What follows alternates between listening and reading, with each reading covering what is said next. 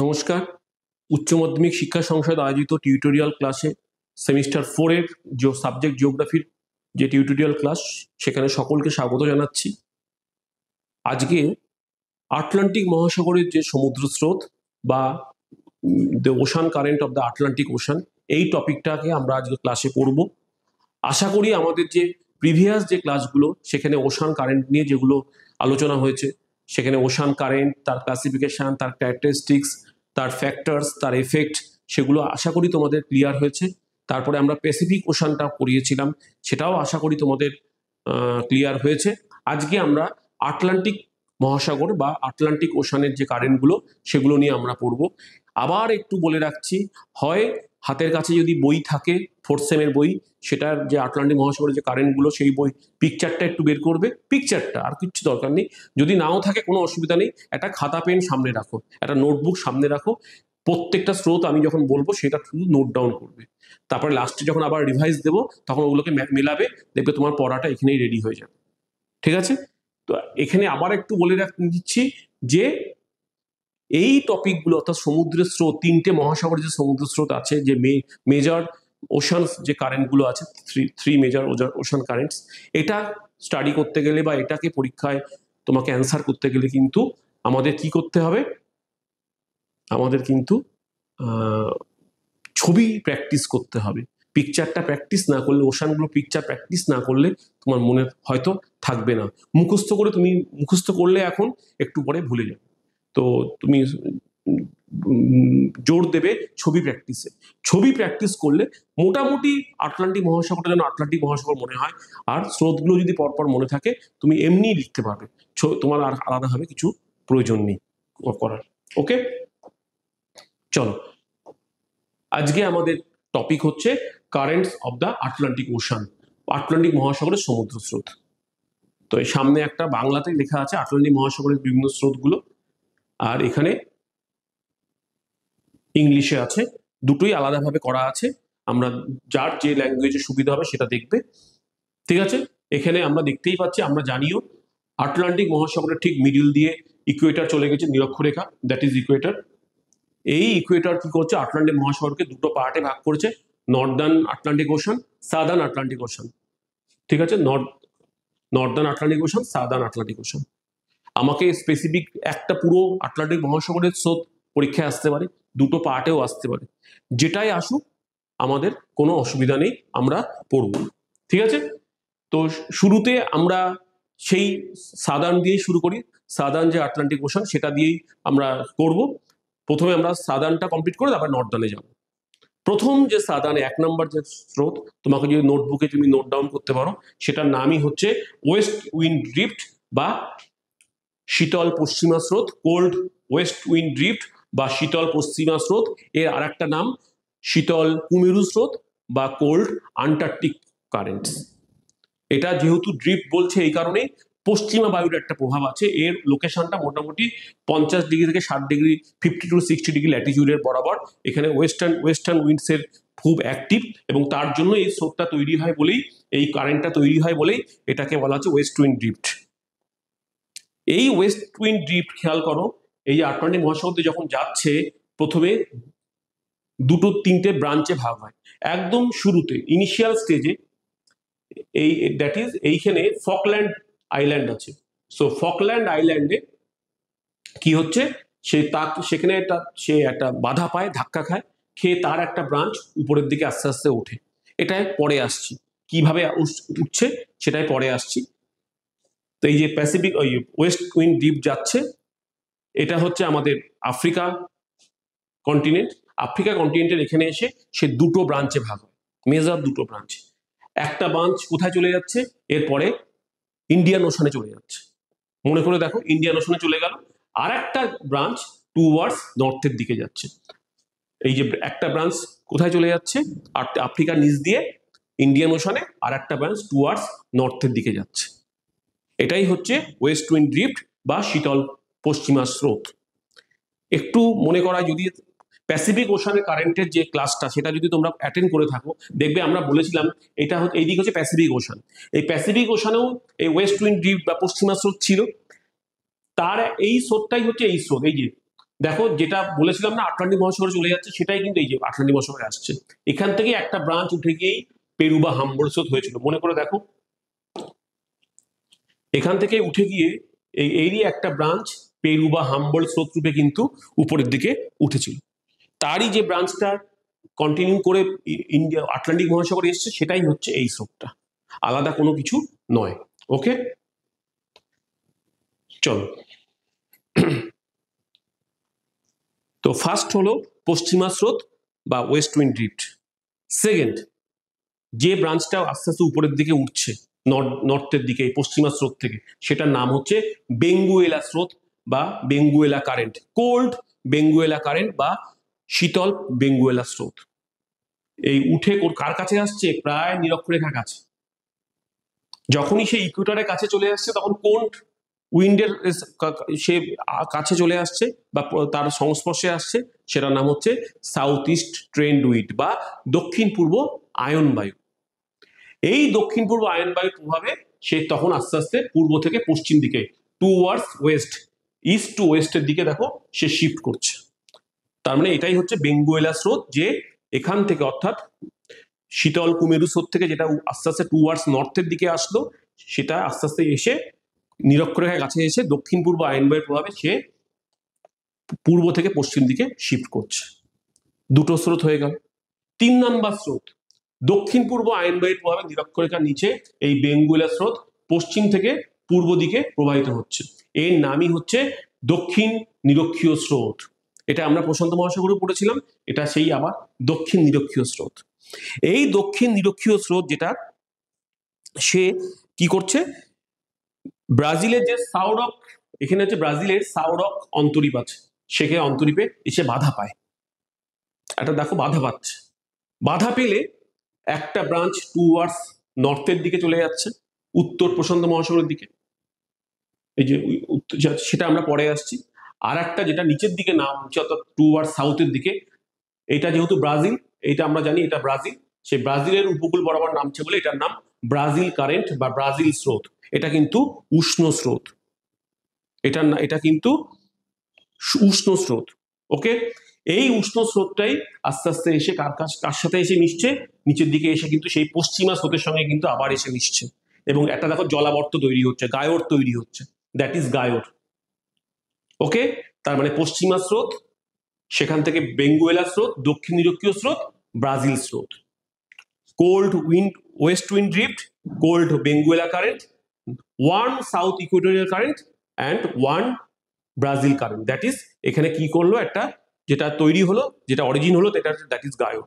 আর এখানে একটা জিনিস বলেছিলাম, নোট ডাউন করো, দ্যাট ইজ এই যে পশ্চিমা স্রোত থেকে যে স্রোতটা এই যে ফকল্যান্ড আইল্যান্ডের পাশ দিয়ে যে উপরের দিকে উঠছে, এটার নাম হচ্ছে শীতল ফকল্যান্ড স্রোত, cold Falkland current.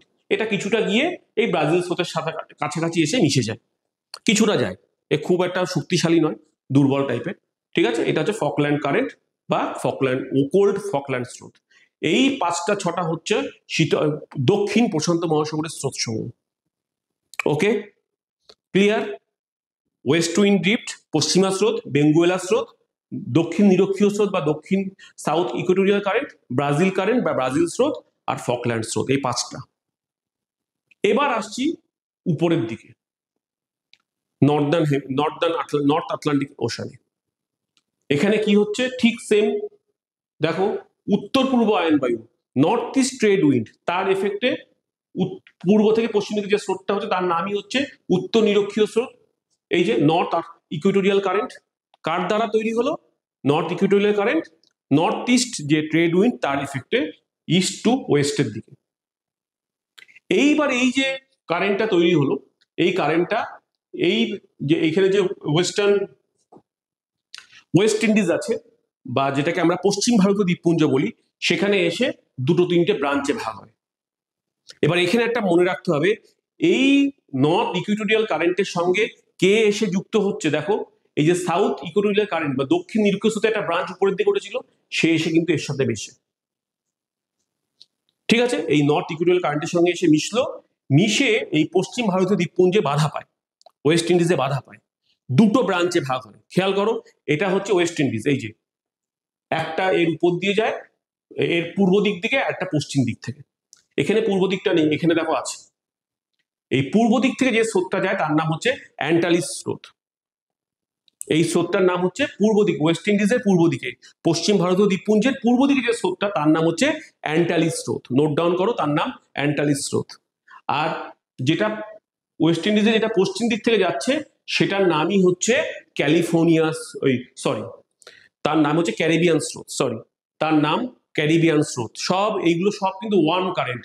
North equatorial current বা উত্তর নিরক্ষ স্রোত উষ্ণ, অ্যান্টালিস স্রোত উষ্ণ, ক্যারিবিয়ান স্রোত এটা উষ্ণ। এই ক্যারিবিয়ান স্রোতটাই যখন এই যে এটা দ্যাট ইজ ফ্লোরিডা প্রণালী, এই ফ্লোরিডা প্রণালীতে যখন যাচ্ছে তখন তার নাম হচ্ছে ফ্লোরিডা স্রোত। এটা এখানে তার নাম ক্যারিবিয়ান স্রোত আর এখানে তার নাম ফ্লোরিডা স্রোত।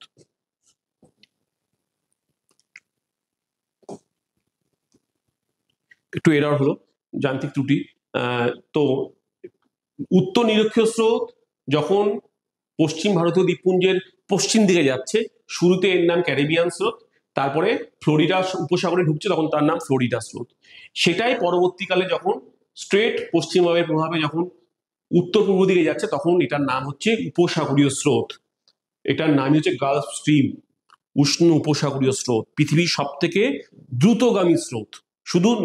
শুধুমাত্র নর্দার্ন আটলান্টিক ওশনে নয়, পুরো পৃথিবীর রেসপেক্টেই সব থেকে গতিশীল উপসাগরীয় স্রোত গালফ স্ট্রিম। এই গালফ স্ট্রিম আরো যখন সম্প্রসারিত হচ্ছে তখন পশ্চিমবঙ্গের প্রভাবে সে আরো উত্তর পূর্ব দিকে যাচ্ছে, তখন তার নাম উত্তর আটলান্টিক প্রবাহ বা নর্থ আটলান্টিক ড্রিফট। যেহেতু পশ্চিমবঙ্গের প্রভাব চলে আসছে তখন তার নাম নর্থ আটলান্টিক ড্রিফট।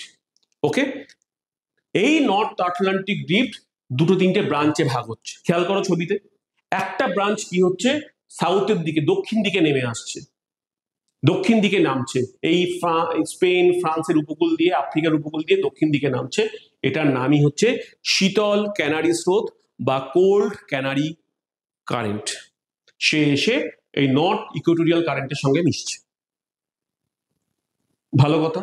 আর একটা কি হচ্ছে, এই নর্থ আটলান্টিক ড্রিফটেরই একটা স্রোত স্ক্যান্ডিনেভিয়ান কান্ট্রির দিকে, অর্থাৎ দেখো নরওয়ের দিকটায় যাচ্ছে, এই জন্য এটার নাম নরওয়ে স্রোত। এই অংশটাই এটার নামই হচ্ছে নরওয়ে স্রোত, নরওয়ের দিক উপকূলে গেল। এবং তারই একটা অংশ গ্রিনল্যান্ডের পূর্ব উপকূল বরাবর প্রবাহিত হয়, তখন তার নাম পূর্ব গ্রিনল্যান্ড স্রোত। এটার নাম হচ্ছে ইস্ট গ্রিনল্যান্ড কারেন্ট। ওকে, এটার নাম হচ্ছে ইস্ট গ্রিনল্যান্ড কারেন্ট। তাহলে আমি শুরু থেকে আবার বলছি, উত্তর আটলান্টিক মহাসাগরে উত্তর পূর্ব আইনবায়ুর প্রভাবে উত্তর নিরক্ষীয় স্রোত, সেটাই দুটো ভাগে ভাগ হয় ব্রাঞ্চে। একটা নাম আন্টালিস স্রোত বা আন্টালিস কারেন্ট, আর একটা যেটা পশ্চিম দিকে যায় তার নাম প্রথমে ক্যারিবিয়ান স্রোত, তারপরে গিয়ে হচ্ছে ফ্লোরিডা স্রোত, সেটাই কন্টিনিউ হচ্ছে গালফ স্ট্রিম দিয়ে বা উপসাগরীয় স্রোত দিয়ে। সেটাই আরো সম্প্রসারিত হলে তখন তার নাম হচ্ছে নর্থ আটলান্টিক ড্রিফট বা উত্তর আটলান্টিক প্রবাহ বা স্রোত। সেটা দুটো তিনটে ব্রাঞ্চে ভাগ হয়। দক্ষিণ শাখাটা হচ্ছে ক্যানারি উপকূল দিয়ে ক্যানারি স্রোত নামে, শীতল ক্যানারি স্রোত নামে উত্তর নিরক্ষীয় স্রোতের সঙ্গে এসে মিশছে বা নর্থ ইকুয়েটোরিয়াল কারেন্টের সঙ্গে মিশছে। আর একটা যেটা যাচ্ছে সেটা নরওয়ে উপকূল দিয়ে নরওয়ে স্রোত রূপে যাচ্ছে, আর একটা সেটারই একটা অংশ গ্রিনল্যান্ডের পূর্ব উপকূল দিয়ে পূর্ব গ্রিনল্যান্ড স্রোত নামে প্রবাহিত হচ্ছে। ওকে, এবার এখানে সেই আগের প্রশান্ত মহাসাগরের মতো উত্তর মহাসাগর থেকে একটা স্রোত গ্রিনল্যান্ডের পশ্চিম উপকূল বরাবর নামছে। খেয়াল করো, এটার নামই হচ্ছে শীতল ল্যাব্রাডর স্রোত। এটার নামই কোল্ড ল্যাব্রাডর কারেন্ট বা শীতল ল্যাব্রাডর স্রোত। এই ল্যাব্রাডর স্রোত, এই দেখো এখানে একটা গোল্ড মার্ক করা আছে, এই জায়গা বরাবর এসে এই গালফ স্ট্রিমের সঙ্গে উপসাগরীয় স্রোতের সঙ্গে এসে মিশছে। যে জায়গাটা এখানে এসে মিশছে সেই জায়গাটাই হচ্ছে ওই আইস ওয়াল তৈরি হয়েছিল। আমরা প্রিভিয়াস ক্লাসে আইস ওয়াল দেখিয়েছিলাম, হিমপ্রাচীর, দুটো স্রোত এসে মিশছে। এটা হচ্ছে গ্রিন কালারের ল্যাব্রাডর স্রোত আর ব্লু কালারের উপসাগরীয় স্রোত বা গালফ স্ট্রিম। এবং এখানে পৃথিবীর সব থেকে বড় ব্যাংক, গ্র্যান্ড ব্যাংক, সেটা তৈরি হচ্ছে নিউ ফাউন্ডল্যান্ড উপকূলের কাছাকাছি। এই গ্র্যান্ড ব্যাংক তৈরি হয়েছে, যেটা ফিশিং এর জন্য, কমার্শিয়াল ফিশিং এর জন্য খুবই গুরুত্বপূর্ণ। এবং এই জায়গাটা অল টাইম আমরা জানি যে সেখানকার ওয়েদার খুব ফগি থাকে বা প্রচন্ড ক্লাউডি থাকে এবং প্রচুর ঝড় বৃষ্টিও হয় এখানে। সো এটা হচ্ছে সেই জায়গাটা। ওকে, তো স্রোতগুলো কমপ্লিট, এবং আমরা দেখতে পাচ্ছি দুটো মহাসাগরে দুটো গায়র তৈরি হয়েছে, দুটো গায়র তৈরি হয়েছে। এই উত্তর আটলান্টিক মহাসাগরের ঠিক মিডিল বরাবর বা এই জায়গা বরাবর যে গায়রটা আছে তার মধ্যে খুব পরিষ্কারভাবে একটা শৈবাল সাগর বা সার্গোসা সি আমরা দেখেছি তৈরি হতে, যেটা আমরা প্রিভিয়াস ক্লাসে এগুলোকে নিয়ে ডিসকাস করে দিয়েছি। সেটাই এখানে দেখানো হচ্ছে যে এই জায়গাটায় লোকেশনটা হচ্ছে এটা। তো মোটামুটি এই হচ্ছে আমাদের পুরো আটলান্টিক মহাসাগর। আমরা যদি সেটাকে একবার একটু রিভাইজ করি, পরপর বলছি। প্রথমে দক্ষিণ আটলান্টিক মহাসাগর, সেখানে একদম নিচ দিয়ে পশ্চিমবঙ্গে প্রভাবে কোন স্রোত? শীতল পশ্চিমা স্রোত বা ওয়েস্ট উইন্ড ড্রিফট। আফ্রিকার পূর্ব উপকূলে বাধা পেয়ে দুটো শাখায় ভাগ হচ্ছে, একটা শাখায় ভারত মহাসাগরে যাচ্ছে ইন্ডিয়ান ওশানে, আর একটা ব্রাঞ্চ টুয়ার্ডস নর্থের দিকে উত্তর দিকে উঠছে, তার নাম হচ্ছে শীতল বেঙ্গুয়েলা স্রোত। এরপরে সে যখন নিরক্ষরের কাছাকাছি আসছে, দক্ষিণ পূর্ব আয়ন বায়ু সাউথ ইস্ট ট্রেড উইন্ডের এফেক্টে সেটা ইস্ট টু ওয়েস্টের দিকে অর্থাৎ পূর্ব থেকে পশ্চিম দিকে যাচ্ছে, তখন তার নাম দক্ষিণ নিরক্ষীয় স্রোত। সেটা আফ্রিকার ব্রাজিলিয়ার একটা স্যান্ট্রক উপকূলে বাধা পাচ্ছে এবং বাধা পেয়ে দুটো ব্রাঞ্চে ভাগ হচ্ছে।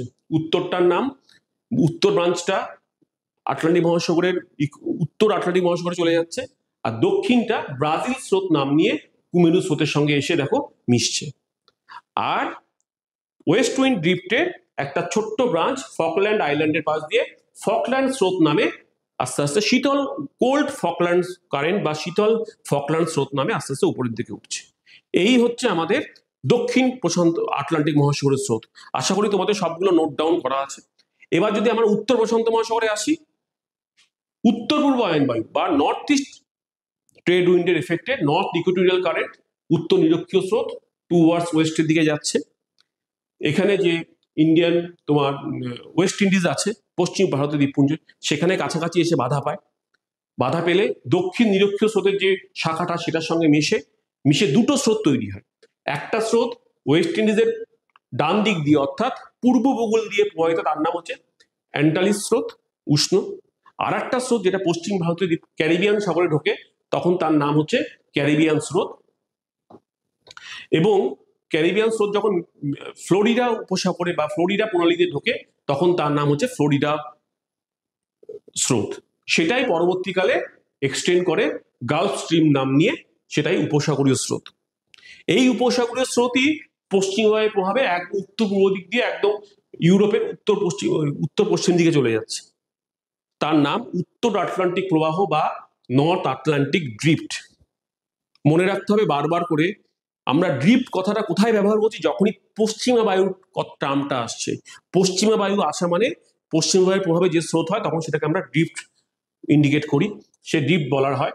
এবং এই উত্তর আটলান্টিক ড্রিফটটাও দুটো তিনটে ব্রাঞ্চে ভাগ হচ্ছে। একটা ব্রাঞ্চ সাউথের দিকে নেমে আসছে, যেটা নাম হচ্ছে ক্যানারি স্রোত, এবং সেটা কিন্তু কোল্ড কারেন্ট ক্যানারি স্রোত। সে এসে উত্তর নিরক্ষীয় স্রোতের সঙ্গে এসে দেখো মিশছে।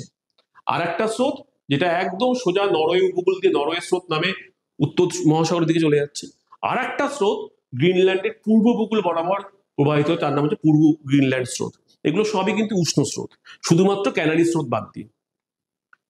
আর মোস্ট ইম্পর্টেন্ট, উত্তর মহাসাগর থেকে গ্রিনল্যান্ডের পশ্চিম উপকূল বরাবর ওয়েস্টার্ন কোস্ট অফ গ্রিনল্যান্ডের পাশ দিয়ে কি হচ্ছে? ল্যাব্রাডর স্রোত, শীতল ল্যাব্রাডর স্রোত বা কোল্ড ল্যাব্রাডর কারেন্ট, সে আস্তে আস্তে নেমে এসছে কার কাছে? নিউ ফাউন্ডল্যান্ড কোস্ট বা নিউ ফাউন্ডল্যান্ড উপকূলের কাছে এসে গালফ স্ট্রিমের সঙ্গে মিশছে, উপসাগরীয় স্রোতের সঙ্গে। এবং যেখানে মিশছে সেখানেই আইসওয়াল ফর্ম করেছে, সেখানেই গ্র্যান্ড ব্যাংক ফর্ম হচ্ছে, সেখানকার ওয়েদারই সবসময় ফগি ক্লাউডি থাকছে, এবং সেই জায়গাটা খুব ইম্পর্টেন্ট। আর এই যে নর্দার্ন আটলান্টিক ওশানের যে গায়র হয়েছে, তার মাঝখানে এই সার্গোসা সি তৈরি হয়েছে, শৈবাল সাগর, যেটা খুব গুরুত্বপূর্ণ। তো এই হচ্ছে আমাদের উত্তর আটলান্টিক মহাসাগরের যে স্রোতগুলো, সেগুলো।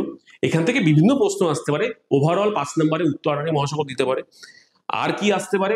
দুটোকে ভাগ করে উত্তর বা দক্ষিণ আটলান্টিক মহাসাগরের স্রোতগুলোর ব্যাখ্যা দিতে পারে, বা 2 নম্বরে দিতে পারে উপসাগরীয় স্রোতের দুটো বৈশিষ্ট্য, বা শৈবাল সাগর কি, বা হিমপ্রাচীর কি, এগুলো সব রিলেভেন্ট কিন্তু। বা ব্রাজিল স্রোতের দুটো বৈশিষ্ট্য, বা ক্যানারি স্রোতটা উষ্ণ না শীতল, বা তার প্রকৃতি ব্যাখ্যা করো, কেন শীতল, যে এখান থেকে জলটা এখানকার, অ্যাকচুয়ালি তো এই জায়গাটা তো ঠান্ডা ওয়েদার, এই তোমার উত্তর আটলান্টিকে বা ইউরোপের দিকটা, সেখানকার ঠান্ডা জলটা নিচের দিকে নামে এই ক্যানারি স্রোতের প্রভাবে, সেই জন্য স্রোতটা শীতল।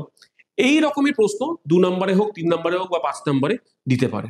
তবে আবারও মনে রাখতে হবে, যেটা আগের দিনও আমরা প্যাসিফিক ওশান যখন পড়িয়েছিলাম তখন বলেছিলাম তোমাদের মনে রাখার সুবিধার্থে, এটা হচ্ছে নর্থ ম্যাপের, এটা হচ্ছে সাউথ, এটা হচ্ছে ইস্ট, আর এটা হচ্ছে ওয়েস্ট। উপরটা নর্থ, নিচেরটা সাউথ, রাইট সাইড হচ্ছে ইস্ট, লেফট সাইড হচ্ছে ওয়েস্ট।